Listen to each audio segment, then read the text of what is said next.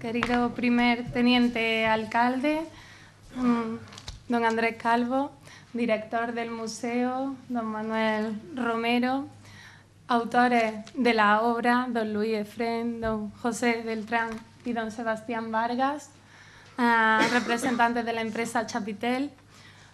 Señoras, señores, buenas noches y en primer lugar quería pedirles disculpas por los problemas de última hora de los asientos, pero es verdad que el acto ha superado todas nuestras expectativas. Esta presentación de este libro de la Villa Romana de Caserío Silverio, y es por ello por lo que en primer lugar queremos pedirles disculpas por las incomodidades que hayan podido tener. Y en segundo lugar, pues darle las gracias a todos, por supuesto, por esta calurosa acogida que esta obra ha tenido y que creo que se lo merece de sobra. Ahora ya nos contarán los autores, pero es verdad que era una obra muy deseada. Para mí no es solo un orgullo estar hoy aquí, sino que es un auténtico sueño, puesto que la historia de esta villa comenzó pues recién entrada yo como concejal de patrimonio, y para mí realmente ha sido un sueño, porque creo que no puede haber satisfacción más grande para una concejal de patrimonio que la de aumentar, la de ver cómo se aumenta el patrimonio de la ciudad de Antequera. En este caso, pues la verdad que a los pocos días, a las pocas semanas de ser concejal, me llamaba Manolo, íbamos corriendo a ir viendo cómo este yacimiento estaba siendo excavado, cómo íbamos descubriendo pues día a día y momento a momento cada una de las piezas que hoy también podemos observar en el museo de esta ciudad de Antequera. Y la verdad que ha sido una gran satisfacción también que podamos tener hoy ya este libro que nos presenta pues todas esas investigaciones, todos esos resultados que una vez que ha finalizado la excavación pues pueden ver la luz después de que hayan sido muchísimos los expertos, como ahora también nos contará Manolo, que han participado en la edición de esta obra. Yo sí quiero dar las gracias especialmente a Chapitel y al taller de excavaciones arqueológicas, de investigaciones arqueológicas, por la edición que han realizado de esta obra, puesto que es verdad que sin ellos tampoco hubiera sido posible. Y también quiero aprovechar este momento pues para dar también a conocer un poco lo que va a ser la programación del museo en este primer semestre, que ya también pues tienen por ahí los folletos, y que comenzamos pues en el día de hoy con la presentación de este libro de la Villa Romana de Caserío Silverio. También como conferencias también durante este primer semestre tendremos otra conferencia el 15 de mayo en esta misma sala de Miguel Ángel Fuentes sobre la piel desvelada, academia, desnudos y otras turbaciones del cuerpo en el arte contemporáneo. Esta conferencia vendrá pues también en consonancia con la exposición que estará abierta una vez que finalice la exposición que tenemos actualmente de la Real Academia de Bellas Artes de San Telmo. Comenzará otra, que será La desnudez de la caricia, la impoluta belleza, que es una exposición temática sobre la obra de José María Fernández. Y esta conferencia de Miguel Ángel Fuentes, que será el comisario de la exposición, pues nos vendrá a hablar un poquito más sobre la misma. Después también pues decirles que hemos empezado, estamos con los talleres que se llevan a cabo por el gabinete pedagógico que el museo ha podido inaugurar en estos últimos meses, gracias al Plan de Empleo Joven, que aquí pues tenemos también a sus verdaderos protagonistas, están por ahí sentados, que son todos los jóvenes que forman ese departamento de acción cultural del Museo de la Ciudad, que han preparado pues varios talleres, por un lado destinados a los grupos escolares, como por ejemplo un taller de prehistoria durante el mes de febrero, un taller sobre mosaico romano en el mes de marzo y un taller de cerámica romana en el mes de abril. También para la Semana Blanca, aprovechando la Semana Blanca, tendremos un taller de cuentacuentos, Cuéntame un cuento, vinculado fundamentalmente a la figura del efebo. También, gracias a la propuesta de una de las chicas de este Plan de Empleo Joven, tendremos la celebración del Día Internacional de la Mujer el 8 de marzo. Vamos a contar con la teatralización titulada Asilia Plecusa y las legiones romanas durante la invasión de los Mauri, que ya les contaremos algo más, pero que creo que no se ha visto nada igual en Antequera, por lo que les animo a que ese día no se lo pierdan. También realizaremos una visita guiada al museo explicando el repertorio escultórico a través del proyecto de realidad aumentada. Otro de los planes de empleo de mayores de 30 años nos ha permitido que podamos ser uno de los primeros museos a nivel nacional que vayamos a tener pues esa realidad aumentada en el museo y que las piezas pues las puedan ver ustedes en su palma de la mano en 3D. Y que correrá a cargo de Fernando García Ruiz, que es uno de los que está llevando a cabo este proyecto. También se realizarán visitas guiadas a la exposición que tendremos sobre José María Fernández y, por supuesto, celebraremos el Día de los Museos el 18 de mayo con visitas guiadas también a lo que son los almacenes del museo. Por último, para finalizar este primer semestre, tendremos el ciclo de Ars Musica. En este caso contaremos con Barroco Súbito el 12 de junio en el patio de columnas del museo a las 9 de la noche. Esta es la programación que hemos previsto para este primer semestre y ya anunciaremos también la del segundo semestre en la que ya nos encontramos trabajando. Sin más, yo le doy la palabra a Manolo y a los autores de esta magnífica obra, dándole de nuevo las gracias a todos ellos por hacerla posible. Muchas gracias, Eugenia. Muchísimas gracias a todos por vuestra presencia. Reitero la disculpa por los problemas que hayamos tenido de localización de asientos, problemas que han sido debido a la informática, como siempre en estos casos, ¿no? Quiero empezar de una manera muy breve dando mi agradecimiento más sincero a todos los investigadores que han participado en la publicación de esta monografía, ¿no? La publicación de esta monografía yo creo que es una prueba irrefutable, ¿no?, de que no existe en realidad una arqueología de gestión, una arqueología de urgencias, una arqueología de gabinete o una arqueología de investigación, ¿no?, sino que en realidad existe una arqueología con mayúsculas y que cuando los profesionales que participan en estos trabajos arqueológicos se apasionan con su trabajo y aportan esa dosis que tienen de especialización, el resultado salta a la vista y lo podréis comprobar en el monográfico que se os entregará al final del acto, ¿no? En total han sido 16 especialistas, ¿no?, que han colaborado para exprimir al máximo todo lo que ha dado de sí un 20%, que es lo que conocemos en realidad de este yacimiento arqueológico, ¿no? Han estado presentes empresas privadas como Taller de Investigaciones Arqueológicas, Chapitel Restauración, la Universidad de Málaga, la de Sevilla, de Burgos, la Universidad Autónoma de Madrid, el ICAP, el Instituto Catalán de Arqueología Clásica, el Consejo Superior de Investigaciones Científicas, ¿no? Todo dentro de una actividad arqueológica de la que se vienen denominando de urgencia, ¿no? Y esto lo quiero subrayar porque realmente es novedoso que en una actividad arqueológica de urgencia se pueda llegar a tener un grupo de investigadores de este calibre, ¿no? La historia de este yacimiento a nivel de gestión, que es lo que yo lo voy a resumir de una manera muy breve, es relativamente reciente. Este yacimiento, como muchos de ustedes conocen, se descubre en 1994, cuando mi compañero Ángel Recio, arqueólogo de la Diputación, y yo nos encontrábamos realizando las prospecciones para la actualización del Plan General de Ordenación Urbana del año 94, ¿no?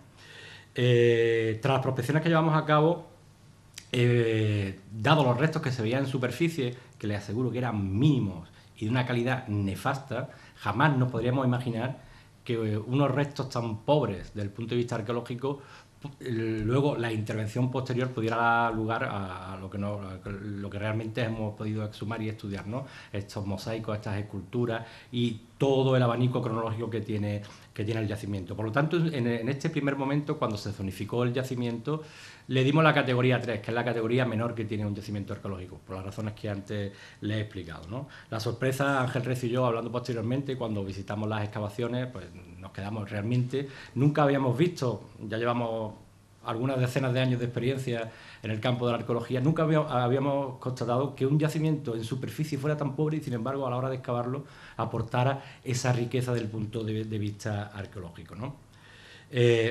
Pero esta zonificación fue muy importante. Zonificación que luego se amplió posteriormente, fue muy importante porque gracias a estas zonificaciones son las que es la única herramienta legal que tenemos los arqueólogos para luego obligar, cuando desde el punto de vista de la ingeniería se realiza un proyecto, una traza, como era el caso de la traza del AVE, para obligarlo a que antes de entrar a realizar sus labores de construcción de la infraestructura, previamente hay que evaluar la calidad, la naturaleza del yacimiento arqueológico. Y bueno, aunque en realidad este yacimiento no estaba en la traza del AVE, sino que estaba afectando a una infraestructura auxiliar, como es un colector, un gran colector, que en este caso sí que el ingeniero que diseñó el colector hizo pleno al 15 porque lo colocó en el centro del yacimiento. Esto es algo que suele ocurrir con muchísima frecuencia, ya me habrán escuchado otras veces. Pues la verdad que gracias a esta zonificación se pudieron comenzar los trabajos previos a la construcción de la infraestructura. Realmente, cuando teníamos los primeros resultados de campo, la naturaleza del yacimiento poco a poco nos iba desvelando un yacimiento importantísimo, de una entidad realmente seria dentro de lo que es una gran villa romana. Pero además, independientemente de esa naturaleza de villa romana que tiene el yacimiento, también nos llamó la atención el amplio espectro cronológico que tenía el yacimiento. Un yacimiento que tiene una lectura desde el Calcolítico hasta época romana en sus diversas fases, Alto Imperio y Bajo Imperio, que tiene los primeros momentos de cristianización también en lo que es la Vega de Antequera, y que posteriormente se reutiliza con una armunia o con una arquería ya en época califal. Eso realmente, salvo los yacimientos de arqueología urbana, en un yacimiento en la Vega jamás había ocurrido. Es la primera vez que lo pudimos documentar, ¿no? Por lo tanto, los resultados han sido realmente muy, muy interesantes, ¿no? También es cierto que, dado el estado de conservación precario del yacimiento, si no llega a ser por las intervenciones arqueológicas que se han realizado, jamás, posiblemente, no hubiéramos conocido en el futuro ni el 50%. Yo creo que este yacimiento en 50, 80 años estaba, sobre todo por las labores agrícolas que realizan allí sus propietarios, estaba destinado a desaparecer prácticamente. Ya verán ustedes algunas imágenes, tanto en el libro como algunas imágenes que podemos ver a continuación. Es un yacimiento que iba a desaparecer. Así que la lectura positiva que podemos dar de esta intervención es que gracias a esta infraestructura del AVE hemos podido conocer este y tantos yacimientos como estamos conociendo de Antequera, ¿no? Nada más, agradecer a todos los autores de esta publicación sus valiosas aportaciones, ¿no? A los coauditores científicos de la monografía, a Luis y Marisa, que han sido la verdadera alma mater de esta publicación. A Pepe Beltrán y a Sebastián Vargas por acompañarnos en esta mesa de presentación. Quiero excusar al doctor Rodríguez Oliva, que bueno, es un acto con el que no contaba, le ha obligado a estar en la Academia de San Telmo esta noche y posiblemente llegue a última hora. También quiero dar las gracias muy sinceras a la directora de la intervención, a Ana Espinar, por la generosidad científica y la paciencia que ha tenido con el resto de los investigadores, ¿no? Que prácticamente a lo largo del proceso de elaboración de este libro la hemos estado con el móvil, a través de correos, continuamente, ¿no? Y ha tenido esa generosidad para todos, ¿no? Para todos los investigadores, ¿no? Al resto de autores, a Mercedes, Alfonso, que también están esta noche con nosotros, ¿no? A nuestra concejala Eugenia Cedo por el apoyo que el Ayuntamiento ha prestado en toda la gestión de la intervención arqueológica y por animarnos de primera hora para que este ejemplar pudiera ver la luz, ¿no? Y para finalizar, a todos ustedes por arropar esta presentación con su presencia. Muchísimas gracias. Quiero creer que no sea el final de los procesos este caso, el libro que os presentamos ahora, sino más bien un punto de partida para que esta circunstancia que hoy estamos viviendo se pueda repetir no en este yacimiento, sino en muchos yacimientos más. Evidentemente, los muchos fieles que veo aquí, que nos habéis seguido durante estos últimos años, que habéis estado viviendo el día a día de la arqueología antequerana o en la Vega de Antequera, pues tenéis en este caso, yo diría que el premio de un trabajo que justifica un poco todos los esfuerzos que hemos invertido. Me vas a disculpar, Juanma, pero hoy tengo la voz regular, más bien para vender cazalla que otra cosa. Así que mis disculpas a todos en este caso. Pues quiero creer que este sea un premio para todos ustedes, tanto por vuestra fidelidad como por tener una idea básica de lo que hacemos normalmente los arqueólogos. Lo que no se queda en estas intervenciones que os hemos hecho a lo largo de muchos viernes de estos últimos años, realmente, si no queda en papel, es como si no quedara un poco constancia, porque la memoria es realmente frágil. Con este libro, que es una edición que yo os aseguro que está hecho con esfuerzo, con mucho cariño, que está bien cuidada, queremos también no solo rendir un homenaje a la arqueología, sino rendiros un homenaje a todos vosotros, que a fin de cuentas sois los consumidores del patrimonio.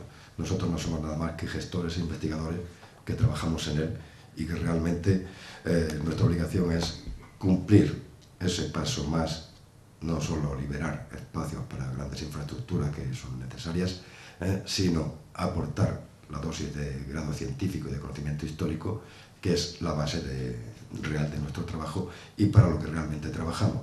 Y normalmente es un último peldaño que raras veces subimos. En este caso, pues hay que agradecer a la generosidad de la financiación que se realiza a través de Chapitel, a través de nuestro buen amigo Rafael Ruiz de la Linde, a quien no podemos más que agradecer sus esfuerzos, tanto en los trabajos de conservación como en los trabajos de edición de la obra, a los compañeros de taller de investigación arqueológica, que están todos por ahí sentados, especialmente, como decía Manolo, abundar en la generosidad de doña Ana María Espinar, de la doctora Ana María Espinar Capa, que por ahí anda sentada, que es la directora de esta intervención arqueológica, y sin cuyo concurso y sin cuyo tesón difícilmente hubiera salido esto para adelante.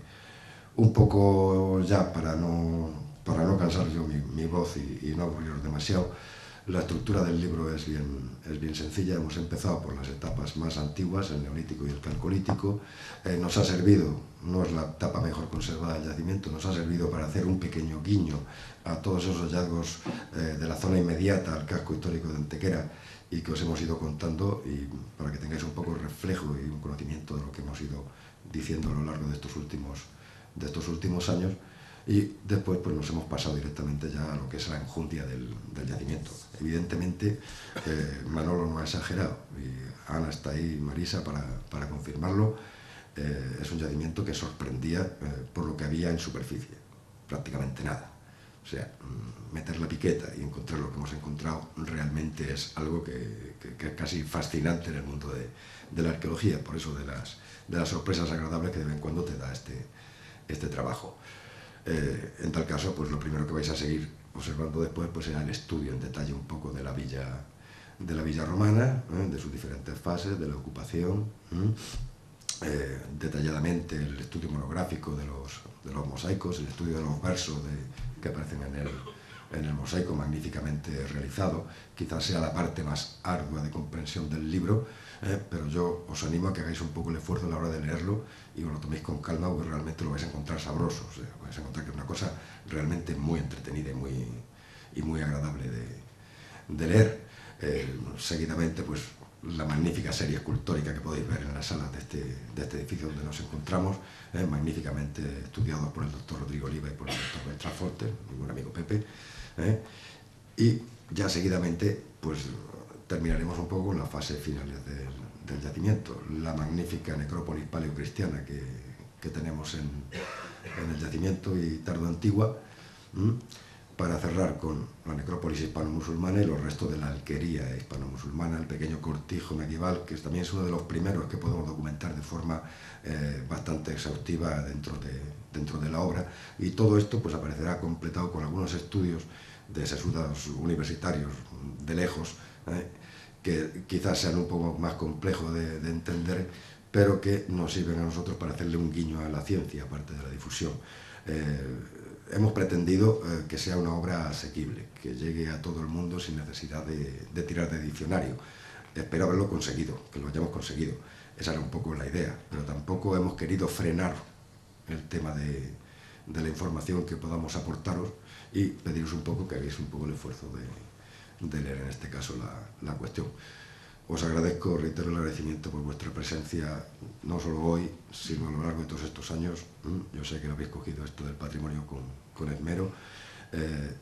Os agradezco profundamente en nombre de mi empresa y en nombre de Chapitel vuestra presencia, y pues seguidamente ya no os aburro más ni me cascollo más la voz y le doy paso a mi buen amigo Sebastián Vargas, que os va a hablar del tema de los mosaicos en la villa, probablemente uno de los mejores hallazgos que... Sí. Pues nada, yo me sumo a los agradecimientos que ya se han expresado en la mesa y bueno, sí que quería agradecer de forma especial al Ayuntamiento y a doña María Eugenia Acedo, que es la concejal de Patrimonio Histórico, por supuesto también a los coordinadores del libro, María Isabel Cisnero, Luis Efrén Fernández y Manuel Romero, por invitarme a participar en la presentación del libro y, por supuesto, por contar conmigo a la hora de la publicación y el estudio de los mosaicos. El estudio de los mosaicos de la villa de Caserío Silverio ocupa dentro del libro 2 capítulos. El capítulo 5, que he tenido la suerte de realizar en compañía con Manuel Romero, hace un estudio general, aunque profundiza bastante, en todos los mosaicos, pero deja, aunque también lo toca, deja un poco de lado un aspecto importante o un elemento importante que se localiza en el mosaico el mosaico de la estancia número 6 que están viendo en pantalla. Se trata de una inscripción, un texto latino que por sí mismo y por su importancia ha requerido de un capítulo para su estudio, que lo ha desarrollado en este caso el profesor Joan Gómez Pallaré, catedrático de Filosofía Latina de la Universidad Autónoma de Barcelona. En total, en la villa de Caserío Silverio se documentan 5 mosaicos, pero existen restos aislados por otras zonas de la villa que dejan entrever que la villa no solamente tenía estos mosaicos, sino que seguramente muchas más de sus estancias contaban con pavimentación de este tipo, siguiendo ejemplos como uno muy cercano que tenemos aquí en la propia Antequera, como es la villa de la estación de Antequera, ¿no?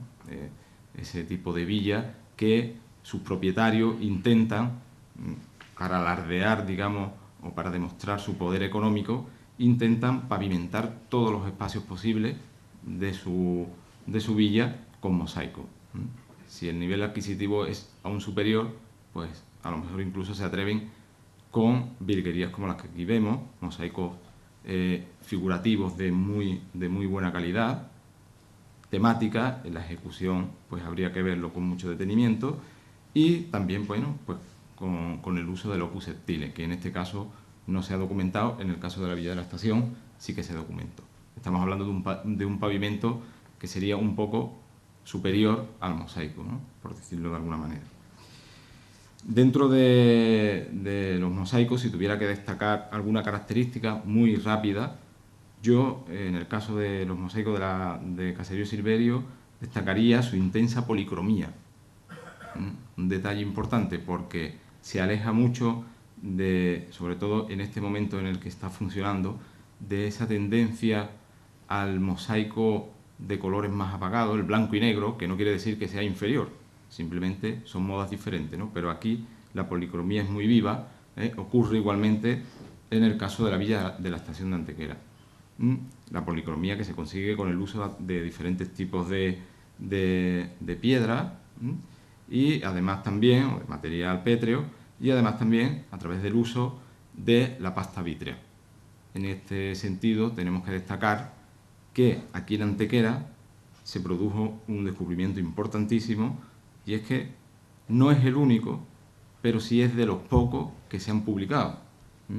Un taller, o sea, se localizó en la zona donde el taller estaba fabricando sus propias teselas con los núcleos de pasta vítrea, creando, bueno, pues un colorido, bueno, un material importantísimo, y bueno, a través de la pasta vítrea pues se crea, pues eso que le decía, una gama cromática importantísima, unos colores muy vivos, muy brillantes, que aquí, en este caso, pues se ven perfectamente. Dentro de, en el caso de destacar otra característica, en este caso de conservación, pues yo, digamos que resaltaría el estado de conservación de los mosaicos, que acusan bastante bien el devenir del paso del tiempo lo están viendo en imágenes, es un dibujo, pero se ajusta perfectamente a la realidad, lo podrán ver luego en el libro, y es que hemos tenido la mala suerte de que la mayoría de los mosaicos, o prácticamente todos, aparecen con un grado de destrucción terrible. Sin embargo, lo poco que queda es suficiente para entender que son magníficos, que es una villa donde el propietario quiso decorarla sin ningún tipo de reparo, y donde hizo todo lo posible por embellecer la villa, bueno, con estos mosaicos, seguramente también con la escultura, aunque no haya aparecido muchos ejemplares escultóricos. El mosaico más impactante de la villa, lo están viendo ahí, es en la estancia número 6, el que pavimenta la estancia número 6. Ahí hay dos mosaicos dentro de esa estancia. Uno es el que pavimenta la exedra con elementos marinos, aquí no se ve bien, pero luego lo podrán ver en el libro, y luego el que ocupa todo el resto de la estancia. Los mosaicos hablan por sí solos en alguna ocasión, porque nosotros nos encontramos esta estancia y decimos, ¿qué tenemos enfrente? ¿Qué tipo de habitación? Está claro que es una de las habitaciones más importantes de la villa, por sus propias dimensiones y por su propia forma, pero incluso el mosaico da información de qué tipo de estancia es. Podríamos pensar en el Oecus, una sala de representación importante, pero en este caso, ese campo cuadriculado que están viendo en el perímetro del cuadrado y la circunferencia central, lo están viendo que forma una U en torno al espacio central. Eso está definiendo claramente un tipo de estancia muy precisa, que es el triclinium, es el comedor de la villa. Claro, es también una sala de representación y una sala de lujo. El mosaico, bueno, pues como están viendo, tiene un campo perimetral, geométrico, y, bueno, el centro, la parte central, la más importante, donde se concentra la mayor parte decorativa, está prácticamente perdida. Es un cuadrado donde se inscribe una circunferencia y luego se inserta una circunferencia más pequeña. Eso genera 4 triángulos de base curva que están viendo en las esquinas o las enjutas, y curiosamente en una de ellas se produce un descubrimiento fantástico. Aparece una representación de un personaje barbado, tumbado en un lecho vegetal. Normalmente cuando se encuentra ese tipo de personaje ya se sabe que es la representación de un río, pero en este caso la importancia es que aparece una inscripción justo en lo alto donde aparece el nombre de un río, el Tíber. Está claro que está diciendo que ese río es el Tíber, pero claro, cuando se ahonda en el texto se comprueba que no solamente se hace alusión al nombre del río, sino que ese texto forma parte, ese y otros que han aparecido a lo largo de la circunferencia que están viendo, forma parte del libro cuarto de las Geórgicas de Virgilio. No voy a entrar en el tema, lo podrán leer luego para no alargarnos, ¿no? Se produce en este sentido un descubrimiento tremendo, porque el texto de Virgilio se conoce y las representaciones de los ríos pues también se conocen de manera aislada, pero es la primera vez que en mosaico, en musivaria romana, se percibe y se ve esto que estamos viendo en Antequera. El texto, además, porque podríamos decir, bueno, hay solamente un fragmento. No, hay más fragmentos. Casi con seguridad, el texto y la historia que narra Virgilio iría recorriendo todo el perímetro interno o todo el área interna de la circunferencia mayor, ¿no?, que están viendo. En la otra enjuta aparece un lecho vegetal que también nos está diciendo que ahí había otro río. Y es que ese texto donde aparece, ese fragmento justo donde se nombra el Tíber, a continuación se nombran 3 ríos más, ¿no?, que seguramente serían los que ocuparían las 3 enjutas que faltan. La parte central está prácticamente destruida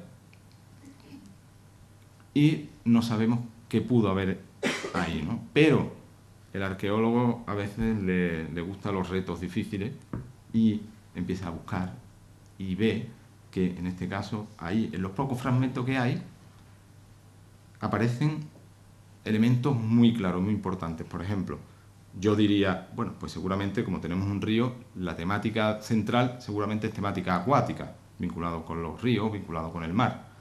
Pero además aparecen restos de peces, aparece la representación del agua, que nos está diciendo claramente que sí, que ahí había una representación vinculada con los ríos, con el mar, pero aparecen también una cola, el resto de una cola de un animal muy concreto, son ese tipo de animales, los monstruos marinos, los hipocampos, o los tritones, donde cabalgan las nereidas, o las ninfas tan vinculadas también podrían estar ahí, donde cabalgan las nereidas. Hay ejemplos muy claros y muy cercanos que están diciendo que efectivamente ahí, en ese centro, estaría también decorado con esa temática siempre relacionada con los textos, con el propio texto de Virgilio.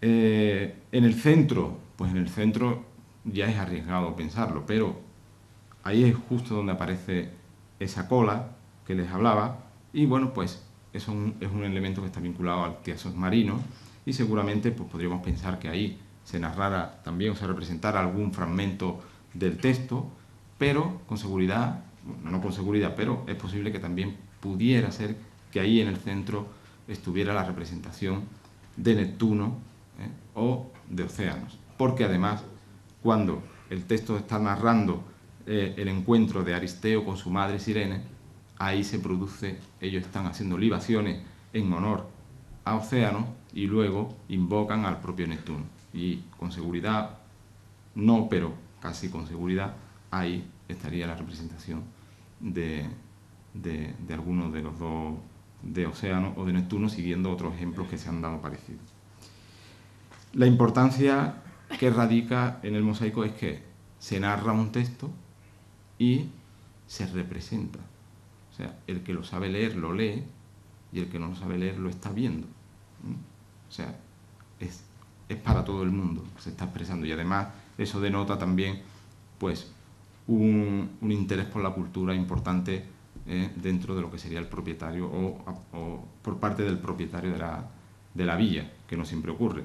Se ven también en los mosaicos romanos o en las villas romanas, también en las domus, los nuevos ricos, que no tienen criterios de ningún tipo y pavimentan y ponen decoración en sus villas, pues bueno, en ocasiones muy cuestionables. No todo lo que aparece y que pertenece al mundo romano es magnífico, en este caso podríamos decir que sí. Para no alargarme mucho, hemos visto, voy a pasar por el resto de mosaicos así un poco más rápido. En la exedra hemos visto que hay también elementos marinos en la parte curva de la habitación, hay un mosaico con elementos también acuáticos. También aparece un delfín y la cola de otro personaje, de otro hipocampo seguramente, de otro monstruo marino. Saltamos de esta habitación al peristilo y bueno, voy a ser muy rápido. Nos encontramos en lo que sería el peristilo, el patio de la villa, con un mosaico en la galería de temática geométrica, pero que en las esquinas de las galerías se reservaron para alojar medallones de los que se han conservado uno y parte de otro, pero en uno de ellos aparece un personaje que el estudio de la tipología de peinado lo rápidamente o con gran certeza podría relacionarlo con una ninfa o con una nereida. Y esto es una cosa importante y ahora continúo.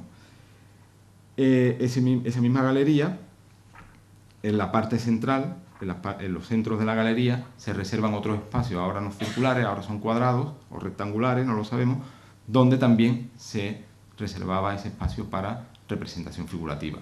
No sabemos qué habría ahí, sí que no podemos decir nada. En el centro se vuelve a repetir la composición geométrica y luego se alude también y se expresan o se reflejan ahí elementos figurativos que vuelve a repetir la temática acuática. Aparece un ave acuática, una zancuda, aparece un pez, aparece un delfín.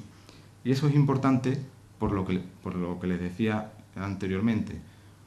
Y es que este no parece que sea un propietario que dice, bueno, aquí planto un mosaico, allí planto otro, y allí que me gusta este, pues lo planto allí, pero que no tienen relación entre ellos. Aquí nos quedamos en parte con la miel en los labios, pero es bonita la idea de pensar que el propietario está narrando esa historia de Virgilio, no solo en el mosaico de la estancia número 6, sino que además es posible que en otras estancias, o en el caso del peristilo, siguiera contando algo de esa historia. Es arriesgada la propuesta, pero lo que sí queda claro es que hay una temática común, que es el mundo del agua, el mundo mitológico, ¿no? Y esto es importante porque muchas veces, pues, cuando estudiamos conjuntos musivos, intentamos ver que exista esa conexión, que no siempre la hay. Aquí es posible que la hubiera en su momento. Otro de los mosaicos, ya para terminar, para no alargar mucho la intervención, es el que están viendo de la estancia 9192. En este caso es un mosaico, digamos, por así decirlo, es de pequeño tamaño, que lo están viendo ahí, no es de pequeño tamaño. La parte geométrica del mosaico es de pequeño tamaño. El resto que están viendo es un manto enorme en torno a él de teselas de cerámica. Está realizado con teselas de cerámica. Este tipo de mosaico prácticamente nadie le presta atención. Pero yo que me dedico a la geometría, sí que me llamaban mucho la atención y empecé a catalogar este tipo de mosaico. Y es importante no darle de lado porque constituye una moda en un momento concreto, que se alarga, no es muy cerrado, pero donde en la Bética, también en otras zonas, porque se han documentado en la península itálica también, ¿no?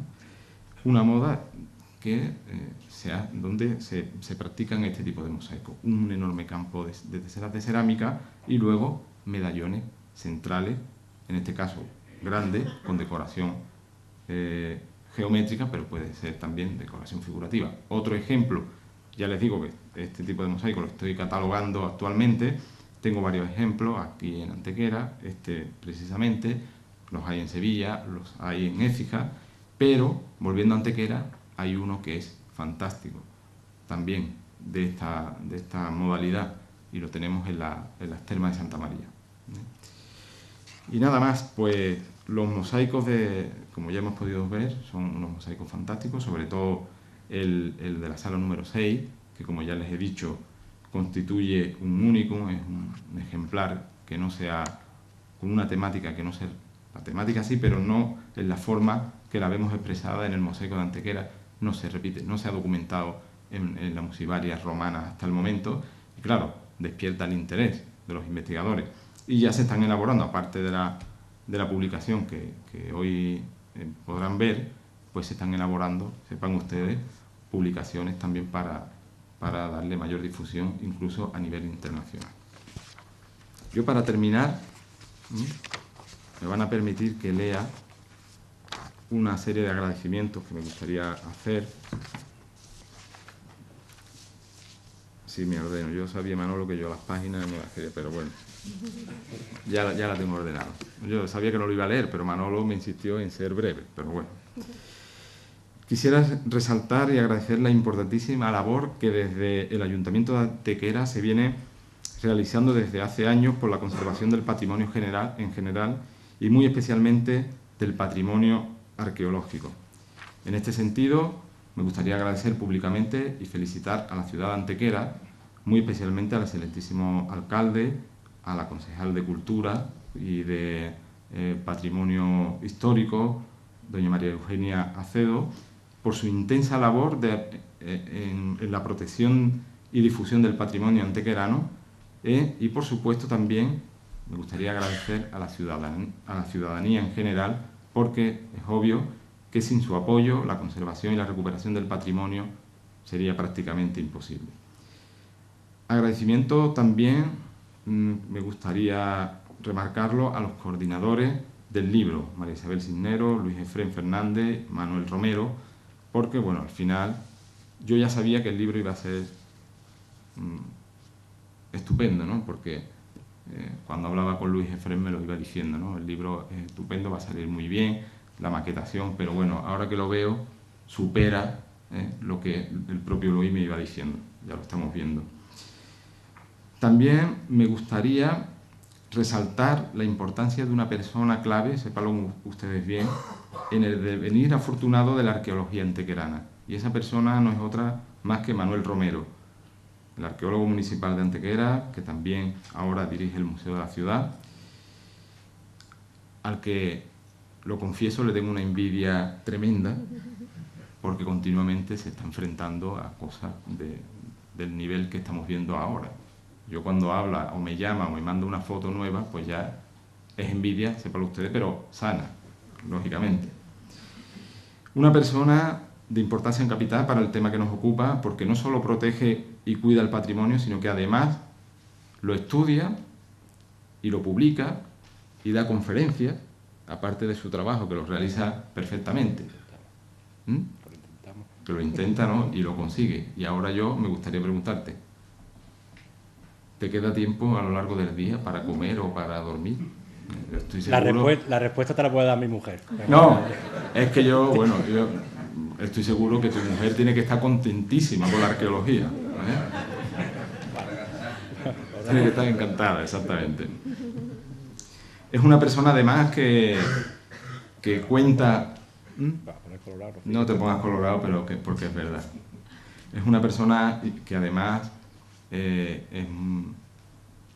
siempre cuenta con el apoyo de grandes investigadores de primera línea y de prestigio, de los que yo me quito, a los que ofrece sin ningún tipo de reparo toda la información posible para que efectivamente todos esos restos arqueológicos que van apareciendo en la ciudad de Antequera sean estudiados, publicados y difundidos como realmente se merecen. De tal manera que ha ido consiguiendo, poco a poco, que Antequera se convierta, o que se haya convertido hoy por hoy, en un importante referente dentro de la arqueología a nivel nacional, pero también ya a nivel internacional. A mí me consta que los compañeros de escultura y de arquitectura también lo hacen, y lo han hecho muy bien, difundir el patrimonio a nivel internacional. Yo, desde mi humilde posición, he tenido la suerte de presentar los mosaicos de Antequera en congresos internacionales, por ejemplo en Bursa, en Turquía, en Roma, en Venecia, en Cerdeña, y siempre, créanme, han generado un interés tremendo y una grandísima expectación por su calidad y por la temática que en muchos casos presenta. Nada más, muchísimas gracias.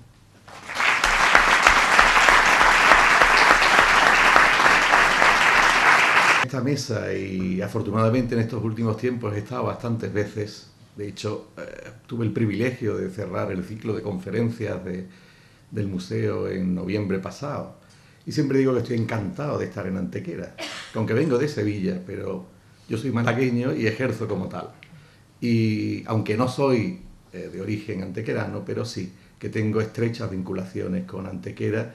Las tuve desde que era estudiante en excavaciones, cuando estudiaba en la Universidad de Málaga, y siempre, y también en cierto modo, como ha dicho Sebastián, por la generosidad de Manolo Romero y que brinda pues los materiales excepcionales de tipo arqueológico que Antequera y su arqueología da, pues tenemos oportunidad para venir aquí constantemente. Debo, por tanto, empezar mi intervención con estas palabras y unirme a lo que ha dicho Sebastián y otros de esta mesa, agradeciendo mi presencia aquí, agradeciendo que me hayan invitado a este acto, pero no solo eso, sino que me hayan invitado a participar en el trabajo que da pie a este libro que hoy se presenta. Porque, aunque como decía Sebastián, y es verdad, son pocas las esculturas, las veremos un poco más adelante. A mí Manolo no me ha dicho nada, pero yo voy a ser breve, al menos lo intentaré. Las veremos más adelante, como les digo. Son pocas, pero algunas de ellas son verdaderamente excepcionales también, y lo vamos a ver. Vamos a ver solo 3 de ellas, de los 7 fragmentos que salieron a la luz en la excavación, pero ahí tienen ustedes al primero, que fue uno de los propietarios de aquella villa, de esa villa de Silverio a la que hemos dedicado este libro. Pues como les decía, mi agradecimiento a Manolo, mi agradecimiento al Ayuntamiento de Antequera, mi agradecimiento a los coordinadores de la obra y mi agradecimiento también a los que han permitido, como se ha dicho, que esta obra se edite tal como está. Yo he editado también libros y es difícil, es quizás lo más costoso, más incluso que lo económico, es coordinar a los que tienen que presentar sus textos y hacerlo que todos esos textos pues sean uniformes y que tengan pues un carácter que les dé pues una cierta simetría a la obra. Yo acabo de coger el libro hace media hora y estoy encantado con él y creo que responde perfectamente a lo que serían pues esos parámetros. Como se ha dicho también, a lo largo de estos últimos meses, el profesor Rodríguez Oliva y yo, que nos hemos dedicado al estudio de las esculturas, de esas 7 piezas, pero que le hemos sacado bastante jugo, como verán ustedes, bueno, pues hemos seguido día a día ese trabajo de cómo han ido perfeccionando la maqueta y ahora veo que la edición es magnífica. Las ilustraciones, que siempre es un problema a la hora de la reproducción, están perfectamente realizadas y el formato del libro me parece muy adecuado. Por lo tanto, tendrá éxito y ustedes pues lo disfrutarán dentro de breves momentos. Debo también, por tanto, que sumarme a esas felicitaciones de la edición, de los editores, y felicitarnos todos nosotros por estar hoy aquí, aunque se ha avanzado el día, pero yo creo que es un acontecimiento importante, un acontecimiento especial, y un acontecimiento que demuestra lo que también se ha dicho, pues, que era pues, la arqueología, el patrimonio arqueológico, la tutela de ese patrimonio arqueológico que en cierto modo viene representada por nuestros administradores, por la administración pública, pero que es tarea de todos, pues está bien representada y todo el mundo ayuda en lo que puede. Yo creo que eso es lo importante. Nosotros muchas veces desde la universidad formamos a alumnos, pero los que nos dedicamos a arqueología investigamos, publicamos, pero yo creo que esa difusión del conocimiento en la sociedad que tanto se habla ahora, de la que tanto se habla ahora, no es simplemente algo pues, que está de moda, sino que es verdaderamente importante. La sociedad tiene que comprender la importancia de este patrimonio y, en cierto modo, es la justificación de nuestro trabajo y el porqué ese esfuerzo de todos para dedicar grandes medios, es verdad, a estas tareas. Por lo tanto, como les digo, debemos felicitarnos todos y en ese sentido yo me alegro que esta sala esté llena a rebosar para este acto que hoy nos ocupa. Por otro lado, el patrimonio de Antequera, y no voy a descubrir América, es excepcional. Un patrimonio, estaba leyendo ahora el prólogo que hace el alcalde de Antequera y destaca, claro, los 2 hitos fundamentales, la cueva de Menga, el patrimonio de época prehistórica y luego el patrimonio de época romana. Y ese patrimonio de época romana, porque Menga está ahí, evidentemente se ha estudiado mucho y se está estudiando afortunadamente y parece que en el futuro también pues, tendrá buenas perspectivas, pero el patrimonio de época romana pues también en estos últimos años se ha incrementado enormemente y hoy el que salga a la luz la publicación de estas excavaciones que se han hecho en estos últimos años en el yacimiento del caserío de la villa de Silverio, bueno, pues es un capítulo más de ese enorme libro que supone nuestro patrimonio antequerano de época romana.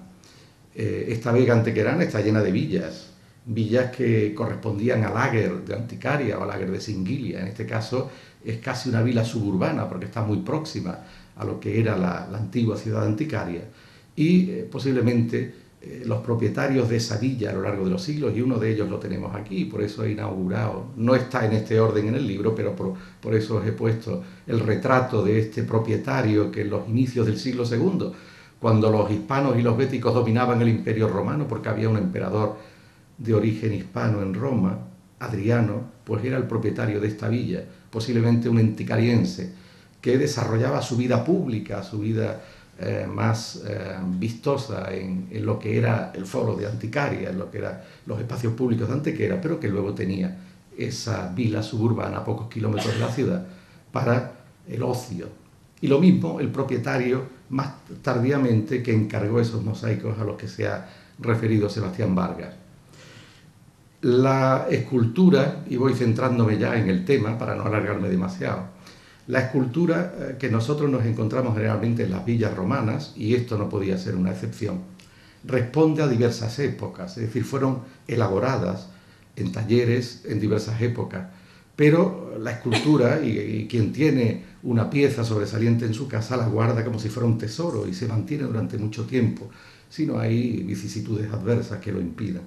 Y ocurría así en el mundo antiguo. El mundo antiguo también el tiempo se alargaba, ahora el tiempo nos come, pero antes yo creo que el tiempo era más largo, y eso debía de ocurrir también en el mundo antiguo, en el mundo romano. Y esta pieza, este retrato, que como les digo fue elaborado y retrataba al propietario de esa villa en los comienzos del siglo II después de Cristo, cuando reinaba Adriano en Roma, estuvo durante mucho tiempo en la villa, al menos hasta principios del siglo V, en que la villa tardía es destruida. Muy posiblemente ese retrato se mantuvo.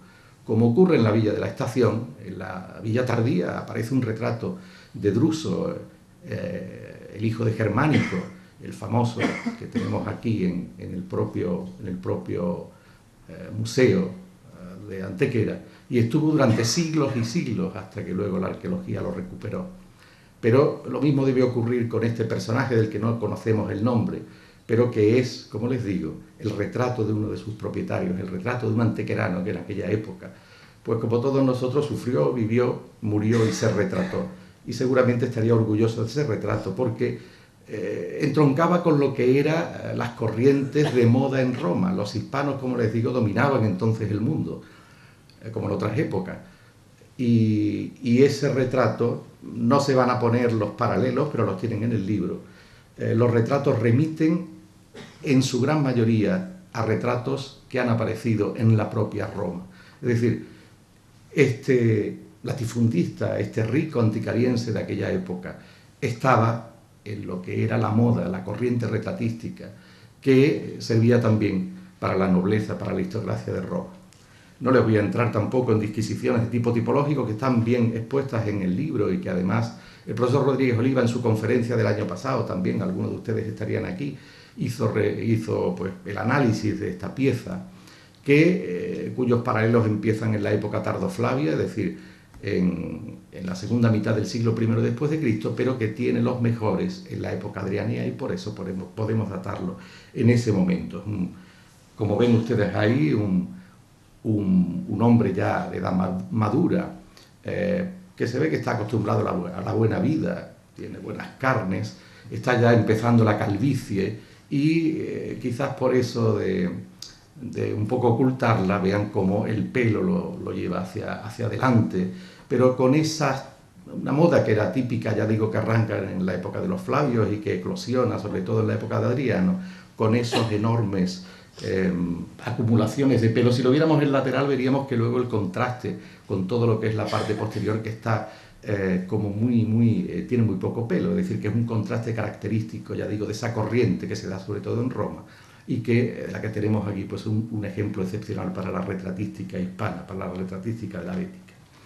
Aparte de este retrato, luego como piezas excepcionales ha dado el repertorio escultórico de la villa de Silverio, bueno, algunos fragmentos,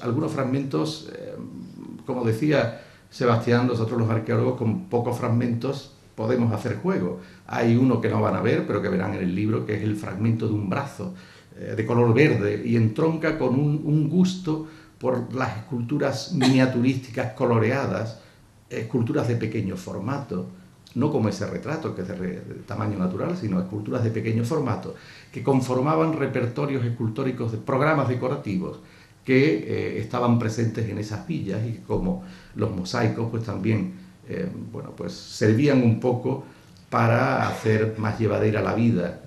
Evidentemente la del propietario del principio era bastante más llevadera que la de otras gentes que los rodeaban, pero bueno, pues viendo esos mosaicos, viendo esas esculturas, seguramente en la época ya tardía, en el siglo IV, que es cuando seguramente ese programa de pequeñas esculturillas bueno, pues tuvo su presencia más importante, debió de tener.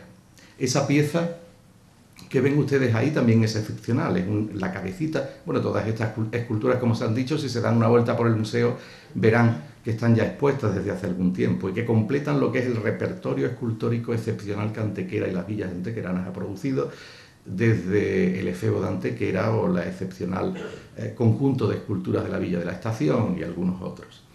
Esta cabecita, para no alargarme, les diré que es una obra romana, lógicamente, del siglo II después de Cristo avanzado, es decir, algunos decenios, algunas pocas generaciones después de la del retrato, cuando se elaboró, seguramente en un taller oriental, porque es un mármol pario, el mármol de la isla de Paros, un mármol de la isla del Egeo, el mármol por excelencia. Plinio nos dice que era el mármol perfecto para la escultura en época antigua, desde el mundo griego al romano, y nos indica la importancia que tiene esa escultura y el valor que debía tener esa escultura. Y aunque esa escultura, claro, se hace en el siglo II avanzado, es una, como ven ustedes, una escultura ideal, en este caso no es un retrato, una cabecita, que representa seguramente al dios Apolo, el dios de la belleza, pero las representaciones romanas sobre todo, y en el mundo griego también, hay una mezcla muchas veces de esas divinidades, y es, en este caso pues es una representación posiblemente de Apolo como sol, Apolo Helios, Apolo Sol.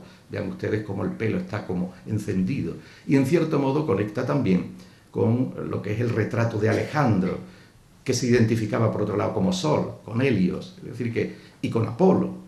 Alejandro se convierte en una figura fundamental en el mundo antiguo. Los romanos adoraban a Alejandro y se retrataban como él. Se decía que Pompeyo, que tenía el pelo de la frente un poco alborotado, yo recuerdo que el profesor Balil, el maestro de mi maestro Pedro Rodríguez Olivas, decía que menos mal que murió joven, porque si no se hubiera quedado calvo pronto.